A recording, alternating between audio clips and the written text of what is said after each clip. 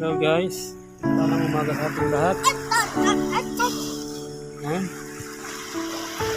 Wow, napakaganda ng ragat na naman. Dito kami sa Infanta, Quezon, Philippines. Napakalinaw ng ragat.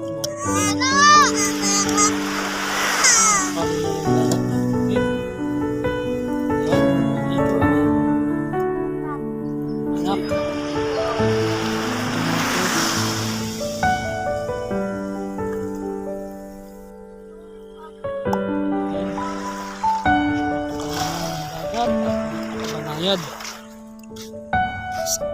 awesomeness, napakalinaw na, napakabanayad pa. Ito nyo dito sa baba yung dagat. Ayan, papunta yung General Nakar, and then pag niretso mo sa General Nakar ay iyan ang Miray, which is Valer Aurora. Pag diretso mo yun dyan, ilan sa Valer, napakahabang lakbayin. Abutin ka ng 365 days kung malakarin. At abutin 6 hours through shipping by Lazada. Guys, ito naman sa other parts, ito naman ang papuntang Dinahican area. Okay, ang site natin ngayon is in Barangay Binlasan, Infanta, Quezon. So ang next na barangay is Barangay Dinahican, Pisco. So, bumabagsak ang napakalalaking tuna fish from Pacific. And guys, kita niyo parang island dyan. Island dyan eh. Oh, hindi pala kita. Bakit dyan sa may sunrise dyan. Parte dyan. Dyan naman makikita na susumpungan ng Polillo Islands, which is from here, kung meron kang kasakay ka ng mga cargo vessel is about 2 hours to 1.5 hours. Kung ganda ang dagat, siguro isang oras o 1.10 minutes, 1 hours 2 minutes. Pero kung ang sasakyan mo ay mga isla or pangtakbuhang tao lang, mas mabilis yun guys eh, super bilis yun. So Polillo dito sa tapat ng sunrise na yun, over there,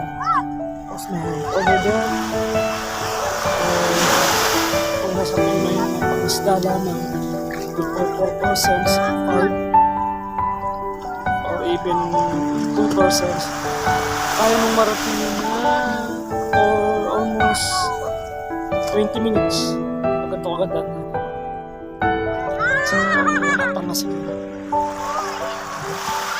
So, ito, pag niretso mo itong way ito, baka ito, diretso mo ito guys, ito ay going to Infanta, Quezon, Dinahican.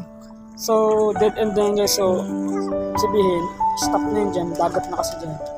So, pag binaybay mo naman yung dagat, binaybay mo siya, baka lakad ka or binaybay dagat mo siya, going to real yan, back to real Lamon Bay. So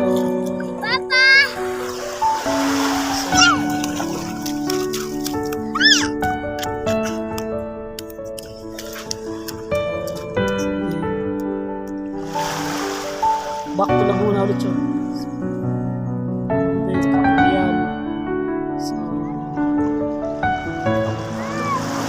Sa postal, so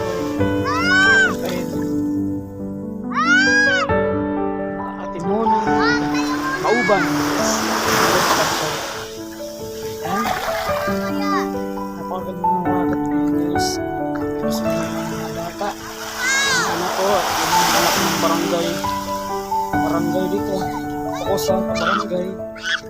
Ayan. So, ganda.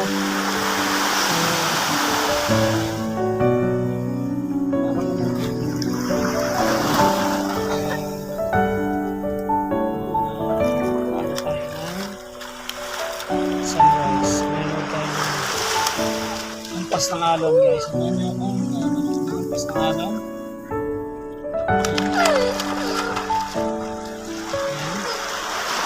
Ampas ng alon. Wow, it's beautifully beautiful.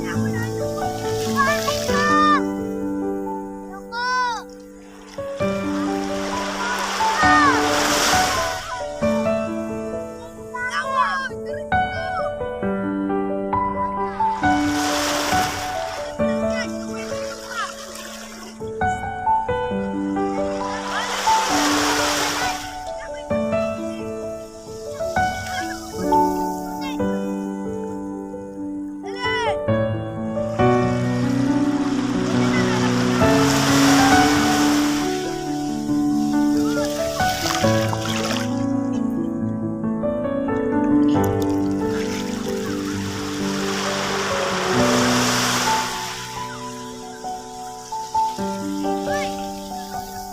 Ano mo dito?